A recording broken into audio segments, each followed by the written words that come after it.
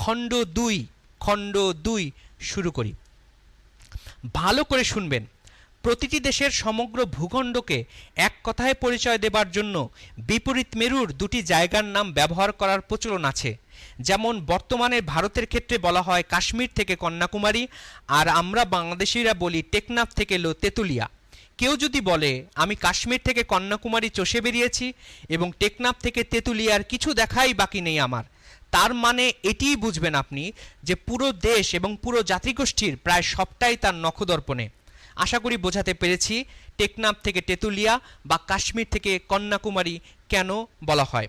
আশা করি আপনাদের বোঝাতে পেরেছি। মূল অর্থ হচ্ছে এভাবে সংক্ষেপে বলা যায় হাজার লাইনের বোধবাক্য। এভাবে সংক্ষেপে বলা যায় হাজার লাইনের বোধবাক্য। তবে প্রশ্ন করতেই পারেন, প্রাচীন আরবের কি এরকম কিছু ছিল? প্রাচীন আরবে কি এরকম কিছু ছিল? এর উত্তর হচ্ছে হ্যাঁ। আরবের পুরোটা এক কথায় বোঝাতে উত্তর এবং দক্ষিণ দিকের ধ্বংসপ্রাপ্ত দুটি জাতিগোষ্ঠীর নাম একসাথে বলা হতো। এক কথায় পুরো আরব জাতিকে বোঝাতে বলা হতো আদ ও সামুদ। এক কথায় পুরো আরব জাতিকে বোঝাতে বলা হতো আদ ও সামুদ। কুস ইবনু সাইয়াদের কবিতা মনে আছে আপনাদের? তিনিও পুরো আরব জাতিকে এক কথায় প্রকাশ করতে কোথায় সামুদ কোথায় আদ শিরোনাম ব্যবহার করেছিলেন। আদতে আদ এবং সামুদ জাতির নামে পুরো আরব পরিচিত ছিল শত শত বছর ধরে। চলুন আরও একটু জেনে আসি। সামুদ জাতি আরবের প্রাচীন জাতিগুলোর মধ্যে বিখ্যাত একটি। শত শত বছর ধরে এ জাতি খ্যাতি ও পরিচিতি অর্জন করে। ইসলাম আসার পূর্বেই এদের কাহিনী সাধারণ মানুষের মুখে মুখে প্রচলিত ছিল। ইসলাম পূর্ব যুগের কবিতা, গান ও খুতবায় এদের উল্লেখ পাওয়া যায়, যেমন আমরা কুস ইবনু সাইয়েদের কবিতায় কিন্তু পেয়েছি। আসিরিয়ার শিলালিপি, গ্রিস ও রোমের প্রাচীন ঐতিহাসিক ও ভূগোলবিদগণও এর নাম উল্লেখ করেছেন। উত্তর আরবের যে এলাকাটি আজ আল হিজন নামে খ্যাত, সেখানেই ছিল এদের আবাস। আজকের সৌদি আরবের অন্তর্গত মদিনা এবং তাবুকের মাঝখানে একটি রেলওয়ে স্টেশন আছে, যার নাম মাদায়েনে সালেহ। এই মাদায়েনে সালেতেই ছিল সামুদ জাতির কেন্দ্রীয় আবাস। প্রাচীনকালে এর নাম ছিল হিজর। সামুদ জাতির লোকেরা পাহাড় কেটে কেটে যেসব বিপুলায়তন ইমারত নির্মাণ করেছিল, এখনও হাজার হাজার একর এলাকা জুড়ে সেগুলো বিদ্যমান।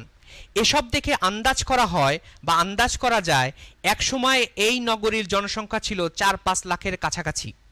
ইসলাম পূর্ব সময়কাল থেকেই হেজাজের ব্যবসায়ী কাফেলা প্রাচীন এই ধ্বংসাবশেষের মধ্যে দিয়ে অতিক্রম করত। হিজর ছিল সামুদ জাতির কেন্দ্রীয় শহর। মদিনার উত্তর পশ্চিমে বর্তমান আল উলা শহরের কয়েক মাইল দূর থেকেই এই শহরটির ধ্বংসাবশেষ শুরু হয়। মদিনা থেকে তাবুক যাবার প্রধান রাস্তার বা প্রধান সড়কের উপরেই এই জায়গাটির অবস্থান। সাধারণত এই উপত্যকাটির মধ্যে দিয়ে বাণিজ্য যাত্রার কাফেলা যাতায়াত করত। প্রাচীন আরবীয় মিথ অনুসারে নবী সালেহ এই সামুদ জাতিকে পথ দেখাতে এসেছিলেন। তিনি সামুদবাসীদের পুরাতন প্রথা ছেড়ে আল্লাহর পথে নিয়ে আসার চেষ্টা করেন। সামুদবাসীরা নবী সালেহের কথা শোনেনি। এর ফলস্বরূপ তারা ভূমিকম্প দ্বারা ধ্বংসপ্রাপ্ত হয়। কোরআন শরীফের ৯ জায়গায় সালেহ নবীর বিষয়ে উল্লেখ আছে।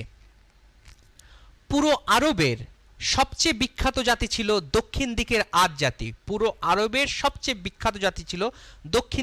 আদ জাতি। এ জাতির কাহিনী আরববাসীদের মুখে মুখে শোনা যেত। ছোট ছোট ছেলেমেয়েরাও এদের নাম জানত, এদের গল্প জানত। এদের এই খ্যাতির কারণে আরবি ভাষায় প্রত্যেক প্রাচীন জিনিসকে আদি বলা হয়। ভালো করে শুনবেন, আরবি ভাষায় প্রত্যেক প্রাচীন জিনিসকে আদি বলা হয়। প্রাচীন নিদর্শনবলীকেও আদিয়াত বলা হয়। যে জমির কোনো মালিক থাকে না এবং যা অনাবাদি পড়ে থাকে তাকে আদিউল আর্দ বলা হয়। প্রাচীন আরবি কাব্যে এ জাতির উল্লেখ খুব বেশি পরিমাণ পাওয়া যায়। আরবের ইতিহাসবিদগণ সবার আগে এ জাতির মর্যাদা দেন। হাদিসে আছে, একবার নবী মুহাম্মদের নিকট বনি জুহুল বিন সাইবানের এক ব্যক্তি এলো। সে ছিল আদ জাতীয় অঞ্চলের মানুষ। সেসব কাহিনী শোনালো যা আদ জাতি সম্পর্কে বহু প্রাচীনকাল থেকে তার এলাকার লোকেরা শুনে এসেছে। ইবনে ইসহাক বলেন, আদ জাতির বসতি ওমান থেকে ইয়ামান পর্যন্ত বিস্তৃত ছিল। ইসলামী মিথ অনুসারে নবী হুদকে আদ জাতির নিকট পাঠানো হয়েছিল। দীর্ঘাকৃতি, দৈহিক শক্তি ও পাথর ছেদন শিল্পে তাদের বিশেষ খ্যাতি ছিল। আদ জাতির মানুষেরা কুসংস্কার ও মূর্তি পূজায় লিপ্ত হয়ে পড়েছিল। দৈহিক শক্তির কারণে তারা বিভিন্ন অত্যাচার ও উচ্ছৃঙ্খলায় লিপ্ত হয়। এই পরিস্থিতিতে হুদ নবীকে তাদের কাছে পাঠানো হয়, কিন্তু তাদের প্রায় সবাই তাকে প্রত্যাখ্যান করে। এ অবস্থায় আল্লাহর শাস্তি তাদের উপর নেমে আসে। প্রথমে তারা দীর্ঘস্থায়ী খরার কবলে পড়ে, কিন্তু এতেও এ জাতি নবী হুদের উপর বা নবী হুদের উপদেশের কোনো গ্রহণযোগ্যতা তাদের মধ্যে আসে না। তারা কুফর, শিরক ও উচ্ছৃঙ্খলতার পথেই এগুতে থাকে। পরিশেষে তাদের প্রতি প্রবল ঝড়ঝঞ্ঝা পাঠানো হয়। এই শাস্তি একাধারে ৮ দিন ৮ জাতির উপর প্রভাবিত হয় এবং তারা ধ্বংস হয়। নবী হুদের আলোচনা কোরআনের ৭ জায়গায় রয়েছে।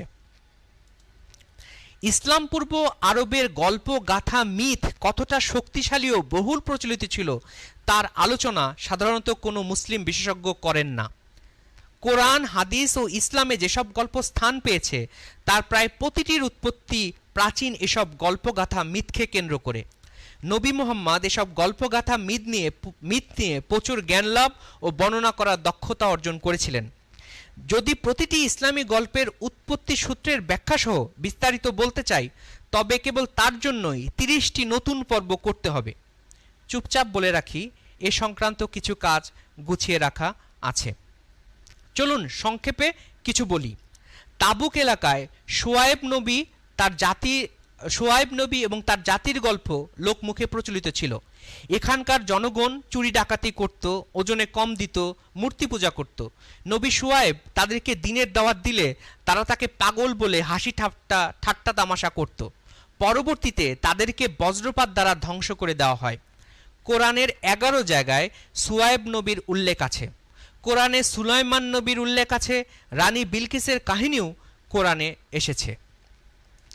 কোরআনে আছে ইয়ামেন, মক্কা, সামারকান্দ মেশানো তুব্বার গল্প, আছে বাগানের গল্প, আছে চতুর্থ পর্বে বলা গর্তবাসীদের গল্প। কোরআনে প্রাচীন আরবীয় ধারণা থেকে যত গল্প উঠে এসেছে তার তালিকা লম্বা, অনেক অনেক লম্বা।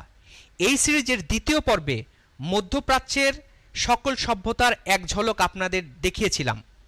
চলুন আজ মাত্র 90 সেকেন্ডে বর্তমান সৌদি আরবের প্রাচীন সভ্যতার কিছু দৃশ্য দেখে বুঝে নেই তারা কতখানি ইসলাম পূর্ব সময়ে বিকশিত ছিল।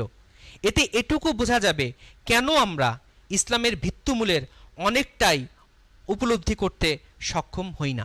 চলুন মাত্র 1 মিনিট 28 সেকেন্ডের একটি ভিডিওতে বর্তমান সৌদি আরবের প্রাচীন সভ্যতাগুলোকে একটু দেখে নেব। শুধু সৌদি আরবের, বর্তমানের সৌদি আরবের।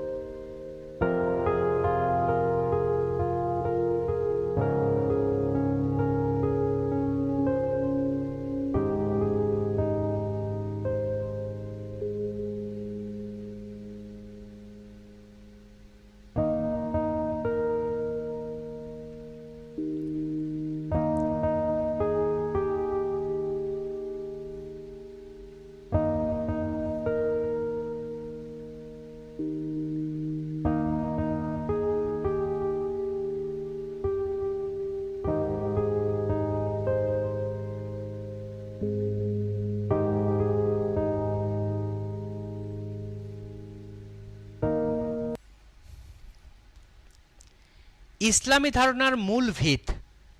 ধারণার মূল ভিত প্রথা আছে ইহুদি, খ্রিস্টান, ইয়াজিদি, ইরাক, পারস্য এবং আরবীয় বহু গল্পের গভীরে। 2015-16 সালের দিকে কোরআনের গল্পগুলো ব্যাখ্যা করে করে একটি সিরিজ সাজিয়েছিলাম। তাতে যেসব গল্প তুলে এনেছিলাম তার তালিকাটা কিছুটা বলে যাই, বেঁচে থাকলে সময় করে কখনো শুনিয়ে যাবার ইচ্ছা আছে। আদম, হাবিল কাবিল, ইদ্রিস, নুহু, হুদ, সালে, ইব্রাহিম, ইসমাইল, ইসহাক, লুত, ইয়াকুব, ইউসুফ, শোয়েব, মুসা, হারুন, ইলিয়াস, দাউদ, সুলাইমান, আয়ুব, ইউনুস, জাকারিয়া, ইয়াহিয়া, ঈসা, লুকমান, ইরাম, তুব্বা, ইয়াজুজ মাজুজ, হারুত মারুত, গুহাবাসী, সাবেইন, গর্তবাসী, জুলকারনাইন, ইত্যাদি ইত্যাদি ইত্যাদি। এর সাথে যুক্ত হয়েছে ইসলাম পূর্ব সময়ে তৎকালীন আরবের সকল মূর্তি পূজা এবং তার বিচিত্র আচার প্রথার আলোচনা। শুধুমাত্র হেজাজে বিভিন্ন অঞ্চলে বছর ধরে 14টি শক্তিশালী দেবদেবীর পূজা চলত। আর এ কথা তো প্রায় সবাই জানেন, মক্কায় অর্থাৎ মক্কায় কাবা ঘিরে প্রায় 360টি দেবদেবীর পূজা চলত। সৃষ্টিকর্তা বা আল্লাহর ধারণা ছিল এসব দেবদেবীদের অনেক উপরে এবং তার কোনো প্রতিমূর্তি ছিল না। ভালো করে শুনবেন, ইসলামের সকল ধারণা উঠে এসেছে বাইবেল এবং আরবের ধূসর ভূমি থেকে উঠে আসা জীবনবোধ থেকে। এ কারণেই আমি নবী পত্নী আয়েশার সাথে কণ্ঠ মিলিয়ে হাদিসের ভাষায় বলতে ভালোবাসি, পুরো কোরআন হচ্ছে নবী মুহাম্মাদের চরিত্র। পুরো কোরআন হচ্ছে নবী মুহাম্মাদের চরিত্র, আর সেই সাথে কোরআন হচ্ছে সবচেয়ে সঠিক এবং গ্রহণযোগ্য নবী জীবনী গ্রন্থ। কোরআন হচ্ছে সবচেয়ে সঠিক এবং গ্রহণযোগ্য নবী জীবনী গ্রন্থ। অপেক্ষায় থাকুন, আপনাদের নিষিক্ত আপনাদেরকে এই সিরিজ চলতে থাকলে পুরো কোরআন শরীফ পড়তে বাধ্য করবে। আর কিভাবে কোরআন নবী জীবনী হয়ে উঠবে তার প্রমাণ পেতে শুরু করবেন 10ম পর্ব থেকে। তবে এতক্ষণের আলোচনায় প্রশ্ন আসতেই পারে, মানুষ মুহাম্মদ কিভাবে এত কিছু জানতে সক্ষম হয়েছিলেন? আমি মুসলিম পরিবারে জন্মেছি।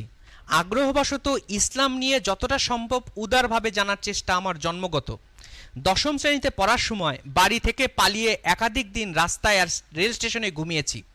কোনো এক রাতে ক্ষুধার তাড়নায় শহরের উপকণ্ঠ থাকা হরিজন বা সুইপার কলোনিতে চলে গিয়েছিলাম। তখন তাদের কোনো একটা উৎসব চলছিল। তারা আমাকে থাকার জায়গা দিয়েছিল, খাবার ব্যবস্থা করেছিল। আর সেই রাতে আমি উপলব্ধি করেছিলাম আমি তাদের জীবন এবং ধর্মীয় ধারণা নিয়ে কিছুই জানি না। আমার শহরে শত শত হরিজন বসবাস করে আজও, অথচ আমি তাদের জীবন নিয়ে পুরোপুরি জানার সক্ষমতা আজও লাভ করতে পারিনি। মানুষ সবসময় রেসের ঘোড়ার মতো কেবল সামনের দিকটা দেখে। মানুষ সবসময় রেসের ঘোড়ার মতো কেবল সামনের দিকটা দেখে। আশেপাশের আড়ালে পড়ে থাকা অনেক কিছুই বিশ্বাসী অবিশ্বাসী সহ অধিকাংশ মানুষই উপলব্ধি নিতে পারে না। কেন এই গল্পটি এখন বললাম? কারণ আমি আপনাদের এখন একটি অবিশ্বাস্য তথ্য দেব। আমার গবেষণা বলে পুরো মক্কায় কমপক্ষে 4 জনে একজন অথবা খুব বেশি হলে 5 জনে একজন একেশ্বরবাদী খ্রিস্টান ছিলেন। পুরো মক্কায় কমপক্ষে 4 জনে একজন অথবা 5 জনে একজন একেশ্বরবাদী খ্রিস্টান ছিলেন। সেই হিসাবে মক্কায় খ্রিস্টান জনসংখ্যা ছিল 300 থেকে 500 জনের মধ্যে, মানে প্রায় 20 থেকে 25%। চিৎকার দিয়ে উঠবেন না। আমি এই সিরিজে মক্কায় থাকা আবদুল্লাহর হিসাব কিন্তু এর আগে একবার দিয়েছিলাম, আর আজ দেব ইতিহাসের আড়ালে চাপা পড়ে যাওয়া রেসের ঘোড়ার মতো শুধু সামনে দেখতে থাকা মানুষদের আড়ালের পাশে চাপা পড়ে যাওয়া এই সব একেশ্বরবাদী খ্রিস্টান মানুষদের গল্প। চোখ বন্ধ করে একটু ভাবুন, পুরো মক্কায় সফল ব্যবসায়ী এবং গোত্রপ্রধানদের কতজন করে কৃতদাসদাসী থাকতে পারে, বা গোত্রপ্রধান এবং মক্কার লোকদের কতজন করে দাসদাসী ছিল? এই সব কৃতদাসদাসী কোথা থেকে এসেছে? তাদের মূল ধর্মমত কি? তারা কি সবাই 1 বছর বয়সে নাবালক অবস্থায় এসে বিক্রি হয়েছে, না যুবক বয়সে দাসদাসী হিসেবে বিক্রি হয়েছে? তারা কোথা থেকে এসেছে? তাদের মূল ধর্মমত কি ছিল? ভালো করে বুঝুন। সাধারণত ইয়ামেন এবং ইথিওপিয়া থেকে কৃতদাস আসত মক্কায়। এই সব কৃতদাসের বেশিরভাগ ছিল খ্রিস্টান অথবা খ্রিস্টান বংশোদ্ভূত। তারা যখন অ্যাডাল্ট অবস্থায় দাস হিসাবে মক্কা এসেছে তাদের অধিকাংশই ছিল খ্রিস্টান ধর্মাবলম্বী। সাহাবী বিলালের পিতামাতা কি ছিলেন? জায়েদ ইবনু হারিসা কি ছিলেন? সাহাবী আম্মুর ইবনু ইয়াসির এবং তার পিতামাতা কি ছিলেন? সহজ হিসাব, বেশিরভাগ দাস দাসী ছিলেন খ্রিস্টান বংশোদ্ভূত একেশ্বরবাদী ধারণার মানুষ। মক্কায় রীতিমতো ধর্মচারণের জন্য খ্রিস্টান ধর্মযাজকও ছিল। দুর্বল একটি বর্ণনা বলে ৩৬০ দেবদেবীর সাথে কাবার ভেতর মাতা মেরি এবং নবী ঈসার ছবি ছিল। বর্ণনাটি দুর্বল। এটিকে অগ্রহণযোগ্য মনে করার আমি কোনো কারণ এ পর্যন্ত খুঁজে পাইনি। এবার চলুন ইয়ামেন এবং খাইবারে, ভালো করে বুঝবেন, প্রয়োজনে দ্বিতীয় পর্ব আবার দেখবেন। ইয়ামেন এবং খাইবারে, মদিনাতে ইহুদি জাতির মানুষজন ছিলেন। পুরো আরবে খ্রিস্টান জনসংখ্যা ছিল ডাল ভাতের মতোই সহজলভ্য। পুরো আরবে শখানেকের বেশি খ্রিস্টান উপাসনালয় ছিল। গত পর্বে ভেবে দেখুন, গত পর্বের কথা ভেবে দেখুন, কাবা তৈরি হয়েছে কোনো এক চার্চ তৈরি করার কাঠ ও মার্বেল দিয়ে, অর্থাৎ কোথাও চার্চ তৈরি করার কাঠ এবং মার্বেল ছিল, সেগুলো দিয়ে কাবা তৈরি হয়েছে। আসলে পুরো আরব জুড়ে একেশ্বরবাদিতার ধারণা ক্রমশ মাথা তুলে দাঁড়াতে চেষ্টা করছিল। আর এসব থেকেই নবী মুহাম্মদ তার ধর্মীয় বিশ্বাসের মূল রসদ খুঁজে পেয়েছিলেন। মক্কার সাথে মদিনার ইহুদি জাতিগোষ্ঠীর খেজুর এবং খাদ্যপণ্যের ব্যবসা ছিল শত শত বছর ধরে। আর ইয়ামেন, ইথিওপিয়ার কথা বলাই বাহুল্য। আব্রাহাকে মনে আছে যে আব্রাহা কাবা আক্রমণ করার জন্য ইয়ামেন থেকে মিনার কাছাকাছি চলে এসেছিলেন? আশা করি মনে আছে। ইথিওপিয়া থেকে, ভালো করে বুঝবেন, ইথিওপিয়া থেকে একেশ্বরবাদী এবং ঈসাকে সৃষ্টিকর্তার পুত্রের বদলে শুধুমাত্র নবী মনে করা আব্রাহা আরবে এসে অত্যাচারী হিমায়ের রাজাকে উৎখাত করেছিলেন। ভালো করে শুনবেন, অত্যাচারী হিমায়ের রাজাকে উৎখাত করেছিলেন এবং একেশ্বরবাদী খ্রিস্টান ধর্মের বিকাশ ঘটিয়েছিলেন। কোরআনের 85 নম্বর সূরা 4 থেকে 7 নম্বর আয়াতে এ সকল খ্রিস্টানকে বিশ্বাসী বলে মর্যাদা দেওয়া হয়েছে। গর্তের গল্প 4র্থ পর্বে আমি বলেছি। সেহেতু আব্রাহা ছিলেন একেশ্বরবাদী বিশ্বাসী জুইশ খ্রিস্টান। তিনি তো পুরো আরব জাতিকে মূর্তি পূজার বদলে একেশ্বরবাদী ধর্মে দীক্ষিত করতেই বের হয়েছিলেন। তার ইয়ামেন থেকে মক্কা আসা পর্যন্ত যে সফর ছিল সেটি ছিল একেশ্বরবাদী খ্রিস্টান ধর্মকে বিকাশের জন্যই।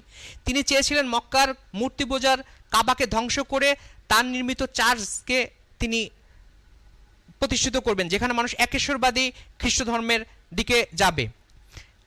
তাবারিতে আব্রাহাকে একজন ভালো মানুষ হিসেবে বিবৃত করা হয়েছে। আর এই যে উনি পুরো ইয়েমেন থেকে মক্কার উদ্দেশ্যে রওনা দিয়েছেন একেশ্বরবাদী খ্রিস্টান ধর্ম বিকাশের জন্য, এটাও প্রমাণ করে তৎকালীন আরবে একেশ্বরবাদ কতটা সফলতার মুখ দেখতে শুরু করেছিল। মক্কার বুদ্ধিমান মানুষেরা, হানিফেরা এই ধারণার জ্ঞান থেকে দূরে ছিলেন মনে করাটা শুধুমাত্র বোকার পরিচয় বহন করে। আর বোকারাই কেবল ভাবতে পারেন নবী মুহাম্মদ সকল আব্রাহামিক ধারণা সম্পর্কে নবীয়তের আগে কিছুই জানতেন না। মক্কার জায়েদ ইবনু আমর ইবনু নুফাইল তার জীবনকালেই সকল আব্রাহামিক ধর্মীয় ধারণায় প্রখর জ্ঞান লাভ করেছিলেন। কোরআন হাদিসের মারপ্যাচে তাকে নবী প্রমাণ করা খুব সহজ, যেমনটা আমি গত পর্বে করেছি। যদিও জায়েদ ইবনু আমর ইবনু নুফাইল নিজেকে কখনো নবী দাবি করেননি।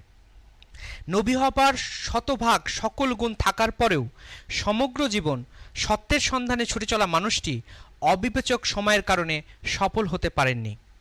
খেয়াল করে দেখবেন, গত লাইভের মাঝামাঝি থেকে আমি নিজেই তাকে নবীর বদলে হানিফ পরিচয়ে ডেকেছি। কোরআনেও বলা হয়েছে নবী ঈসার পর ও নবী মুহাম্মাদের আগে আরবে কোনো নবী আসেনি। কোরআনে নবী ইব্রাহিমকেও হানিফ পরিচয় করিয়ে দেওয়া হয়েছে। যদি আমি এসবের সবটাই যদি জানি, তবে কেন বিগত 2টি পর্ব থেকে আমি জায়েদ ইবনু আমর ইবনু নুফাইলকে নবী প্রমাণের চেষ্টা করেছি? উত্তর খুব সহজ, আপনাদের একটা বড় ধরনের ধাক্কা দিতে। এটুকু আমার পরিকল্পিত ছিল। চলুন আপনাদের খুশি করতে আমি আমার গত পর্বের পূর্বতন দাবি থেকে সরে দাঁড়াই। আমি সহজ শর্তে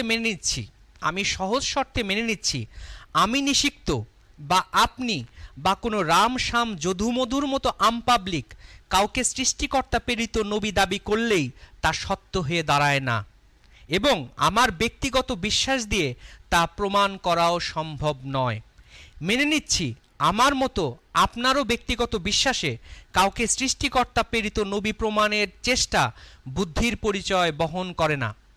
তবে একথা মানতে আশা করি কারো দ্বিধা নেই, মক্কায় থাকা জায়েদ ইবনু আমর ইবনু নুফাইল নবী মুহাম্মাদের পূর্বেই আব্রাহামিক ধর্মের ধারণায় জিনিয়াস ছিলেন। তো দর্শক, আমার গত পর্বের করা দাবি থেকে তো আমি মিথ্যা প্রমাণ হয়ে গেল সে দাবি। আমি তো সে দাবি থেকে বিনা যুদ্ধে হার মেনে নিলাম, কেউ বিতর্ক করার আগেও আমি হার মেনে নিলাম। চলুন এবার তারপরেও পাগলের মতো নতুন আরেকটি দাবি তুলি এই মুহূর্তে, যে দাবি এই পর্বের পরবর্তী গল্পের জন্য নতুন টুইস্টের জন্ম দেবে। সহজ করে বুঝি, পৃথিবীতে চালু থাকা যে সকল ধর্মমত নবী ইব্রাহিমকে তাদের মূল উৎস বলে মনে করে, সে সকল ধর্মমতকে আব্রাহামীয় ধর্মমত বা আব্রাহামিক ধর্মমত বলা হয়। ইহুদি, খ্রিস্টান এবং ইসলাম ধর্ম এই হিসাবে আব্রাহামিক ধর্মমতের ভেতরে গণ্য। নির্বোধ নিষিক্ত মাঝে মাঝে ভেবে কুল পায় না কেন এগুলোকে আদম বা আদম থেকে আসা ধর্ম বা আদমীয় ধর্মমত বা অ্যাডামিক ধর্মমত বলা হয় না। এর কারণ হতে পারে আদম থেকে বিচ্ছিন্ন হওয়া পৃথিবীর অনেক মানুষ অন্যান্য ধর্মমতেও বিশ্বাসী, যারা কোনোভাবেই মধ্যপ্রাচ্য নির্ভর আব্রাহামিক ধারণায় বিশ্বাসী নয়। কোরআন বলে পৃথিবীর প্রতিটি জাতিগোষ্ঠীর কাছে নবী প্রেরণ করা হয়েছে। কোরআন বলে পৃথিবীর প্রতিটি জাতিগোষ্ঠীর কাছে নবী প্রেরণ করা হয়েছে, যদিও কোরআনে মাত্র 25 জন নবীর নাম উল্লেখ করা হয়েছে। কখনো সময় নিয়ে খোঁজ করে দেখবেন, এই 25 জন নবীর সবাই এসেছে মধ্যপ্রাচ্যে। এই 25 জন নবীর সবাই এসেছে মধ্যপ্রাচ্যে। অবাক বিষয় নয় কি? পৃথিবীর বাদবাকি অংশের নবীর বিষয়ে আব্রাহামিক ধর্মমত খুব একটা কিছু বলে না। চলুন খোঁজ নিতে আরও একটু ভেতরে প্রবেশ করি। প্রথম পর্বে বলেছিলাম ইরাক নিয়ে রোম এবং পারস্য সাম্রাজ্যের কয়েক শত বছর ধরে বিরোধ ছিল। প্রথম পর্বে বলেছিলাম ইরাক কখনো রোমের দখলে থাকতো, আবার কখনো পারস্য বা ইরানের দখলে থাকতো। আশা করি সকলেই ভুলে বসে আছেন। দয়া করে আবার প্রথম পর্ব দেখে নেবেন। আমাদের এবারের গল্প শুরু হবে, টুইস্টের গল্প শুরু হবে ইরান এবং ইরাক নিয়ে।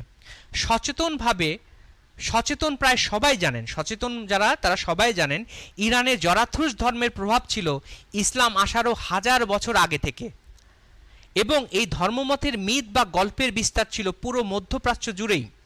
খ্রিস্টান ধর্মের বিপুল বিকাশের পরেও এই ধর্মমত 632 সাল পর্যন্ত যথেষ্ট শক্তিশালী হয়ে উঠেছিল। নবী মুহাম্মদ জন্মগ্রহণ করেছেন 571 এবং মৃত্যুবরণ করেছেন 632 সালে। নবী মুহাম্মদ জন্মগ্রহণ করেছেন 571 এবং মৃত্যুবরণ করেছেন 632 সালে। কিন্তু এখনকার গল্পের ভেতরে ঢুকতে আমাদের প্রথমে যেতে হবে 1969 সালে। হ্যাঁ, মানে 1969, এই 1969, ভুল শুনছেন না, বাংলাদেশের স্বাধীনতা যুদ্ধ থেকে মাত্র 2 বছর আগের ঘটনা। 1969 সালে জার্মানির কলোউন বিশ্ববিদ্যালয়ের গবেষকদের হাতে একটি গুরুত্বপূর্ণ পার্চমেন্ট আসে। 1969 সালে জার্মানির কলোউন বিশ্ববিদ্যালয়ের গবেষকদের হাতে একটি গুরুত্বপূর্ণ পার্চমেন্ট আসে, যা তারা পেয়েছিলেন মিশর থেকে। পরীক্ষা নিরীক্ষা এবং কার্বন ডেটিং করে দেখা যায় এটির রচনাকাল 400 খ্রিস্টাব্দ। এটির রচনাকাল 400 খ্রিস্টাব্দ, মানে নবী মুহাম্মদের জন্মের প্রায় 170 বছর আগে। প্রশ্ন করুন, তাতে কি এমন হলো? এমনটা পেলে কি এমন ঘোড়ার ডিম হয়? কি হয় তাতে? পাইছে তো কি হয়েছে? হয় সামান্য আবিষ্কার অনেক সময় বড় কোনো গল্পের সত্যায়ন করার জন্য যথেষ্ট। কারণ এই গল্প গল্প 216 সালে জন্ম এবং 274 সালে মারা যাওয়া একজন নবী দাবিদারের। 216 সালে জন্ম এবং 274 সালে মারা যাওয়া একজন নবী দাবিদারের। চলুন সেই কোডেক্স বা পার্চমেন্টের কিছু অংশ দেখতে দেখতে গল্পের বাদবাকিটি শেষ করি। 216 সালে ইরাকের প্যাটিক ও মরিয়ম দম্পতির ঘরে জন্মেছিল একটি সন্তান। 216 সালে ইরাকের প্যাটিক ও মরিয়ম দম্পতির ঘরে জন্মেছিল একটি সন্তান। এই সন্তানটি বড় হয়ে নবী ঈসা প্রতিষ্ঠিত আগত নবী হিসাবে নিজেকে দাবি করেন এবং তিনি আব্রাহামিক ধর্মমতে নতুন নবী হিসাবে নিজেকে প্রকাশ করা শুরু করেন।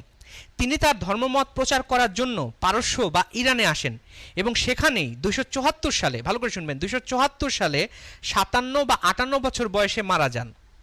তার অনুসারী এবং তার রচনার বর্ণনা এবং গল্পগাথা সম্পর্কে প্রায় সব ঐতিহাসিকরাই অবগত। সকল আব্রাহামিক ধর্মমত বিশেষজ্ঞ এ বিষয়ে একমত যে এই মানুষটি পৃথিবীতে ছিলেন এবং তিনি একটি নতুন ধর্মমত চালু করতে সফল হয়েছিলেন। আর 1969 সালে জার্মানির কলোন বিশ্ববিদ্যালয়ের হাতে আসা এই কোডেক্সটি, যার একটি অংশ আমরা সামান্য একটি অংশ দেখছি, এই নবীর জীবিত থাকার প্রমাণ এবং তার সফলতার প্রত্যয়ন করে। যদিও এখনকার পৃথিবীতে এই নবীর অনুসারী এখন না থাকার পরিমাণ সমপরিমাণ, তবুও তার রচনা এবং প্রচারিত ধর্মকথার হদিস পৃথিবী থেকে আজও মুছে যায়নি। এই নবীর নাম নবী মণি। এই নবীর নাম নবী মণি। মণি নবীর পুরো নাম নিয়ে গবেষকজন নিশ্চিত নন। নবী নবীর পুরো নাম কি এই বিষয়ে গবেষকগণ নিশ্চিত নন, তবে তার রচনা এবং কোডেক্স থেকে নিশ্চয়তা পাওয়া যায় তিনি মণি নবী নামেই পরিচিত ছিলেন। কি দর্শক, ধাক্কা লাগলো? তাহলে ভালো করে শুনবেন। আগের দুটি পর্বে আমি বলেছি নবী ঈসা এবং নবী মুহাম্মাদের ভেতর আর কোনো নবী নেই, এই ধারণা পুরোপুরি সত্য নয়। আমি বলেছি নবী ঈসা এবং নবী মুহাম্মাদের ভেতর আর কোনো নবী নেই, এই ধারণা পুরোপুরি সত্য নয়। পুরোপুরি শব্দটা হয়তো অনেকেই মেসির গোল মিস করার মতো মিস করে ফেলেছেন।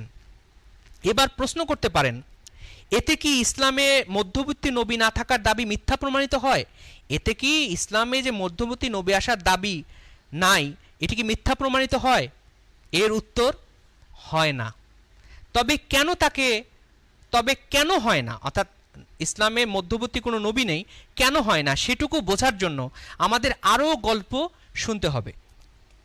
গত পর্বে বলেছিলাম 550 থেকে 650 এই 100 বছরের আরবে নবী দাবিদার ছিলেন একাধিক। ইসলামেও একাধিক নবী দাবিদারকে ভণ্ড নবী হিসাবে চিহ্নিত করা হয়েছে। নবী মুহাম্মদ নিজেকে নবী হিসাবে প্রচারণা শুরু করেছিলেন 610 সালে, কিন্তু একটি দুর্বল সূত্র বলে ইসলাম বর্ণিত আরবের এসব ভণ্ড নবীদের মধ্যে একজন নিজেকে নবী দাবি করেছিলেন 608 সালেই, মানে নবী মুহাম্মাদের নবীয়ত ঘোষণার প্রায় 2 বছর আগে থেকেই।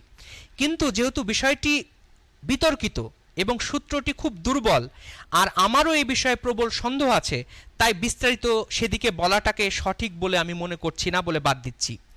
মণি নবী থেকে ইসলাম বর্ণিত এইসব মধ্যপ্রাচ্যের নবী দাবিদারগণ কখনোই কমতি ছিল না। কিন্তু আমার মাথায় ঘুরপাক খাচ্ছে আসলে অন্য একটি প্রশ্ন। চলুন সেই প্রশ্নের যাচাই করি। নবী মুহাম্মদের মৃত্যুর মাত্র 1 বছরের মধ্যে, ভালো করে শুনবেন, নবী মুহাম্মদের মৃত্যুর মাত্র 1 বছরের মধ্যে পুরো আরব জুড়ে ইসলাম ত্যাগের ধুম পড়ে গিয়েছিল।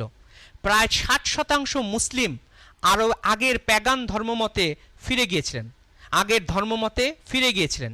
শিয়া সূত্র বলে এবং ইসলামী সূত্র বলে ইসলাম এ সময়ে কেবলমাত্র মদিনাতেই আবদ্ধ হয়ে পড়েছিল, আর এর সাথে সাথে আরবের 4 কোণা থেকে উঠে এসেছিল ডজনে নতুন নবী দাবিদার। খলিফা আবু বকরের নির্দেশনায় এই 60% ইসলাম ত্যাগীদের ফিরিয়ে আনতে এবং এই সকল নবী দাবিদারকে দমন করতে মাত্র 1 বছরে, ভালো করে শুনবেন, মাত্র 1 বছরে 11টি দমন অভিযান চালানো হয়েছে। আমার মধ্যে প্রশ্ন আসে দুটি। প্রশ্ন নাম্বার 1, কেন নবী মুহাম্মদের মৃত্যুর পরপরই বেশিরভাগ মুসলিম ইসলাম ত্যাগ করেছিল? প্রশ্ন নাম্বার 2, এই যে নবী দাবিদার গণ যাদেরকে ইসলাম ভণ্ড নবী হিসাবে বলছে, তারা যদি কেউ পালিয়ে যেতে পারতেন এবং পালিয়ে যাওয়ার পর কোথাও তার ধর্ম প্রচারণায় সফলতা পেতে পারতেন, তবে কি, এবং তার ধর্মমত যদি এখনও বেঁচে থাকতো, তবে কি তাকে আমরা সঠিক নবীর তালিকায় মেনে নিতাম? প্রথম প্রশ্নের উত্তর দেবার চেষ্টা করব এই সিরিজ শেষ হওয়ার পরে, আর দ্বিতীয় প্রশ্নের উত্তর দেব এখনই। আমি আবারও আপনাদের সাথে একমত। আমি মেনে নিচ্ছি একমত হয়ে। আমি নিষিক্ত জায়েদ ইবনু আমর ইবনু নুফাইলকে নবী দাবি করলেই তিনি সৃষ্টিকর্তা প্রেরিত নবী হয়ে যান না। ইতিহাস যতই মণিকে নবী দাবি করুক, তাতেও তিনি সৃষ্টিকর্তা প্রেরিত নবী হয়ে যান না। সৃষ্টিকর্তা প্রেরিত নবী হবার প্রমাণ হয় না।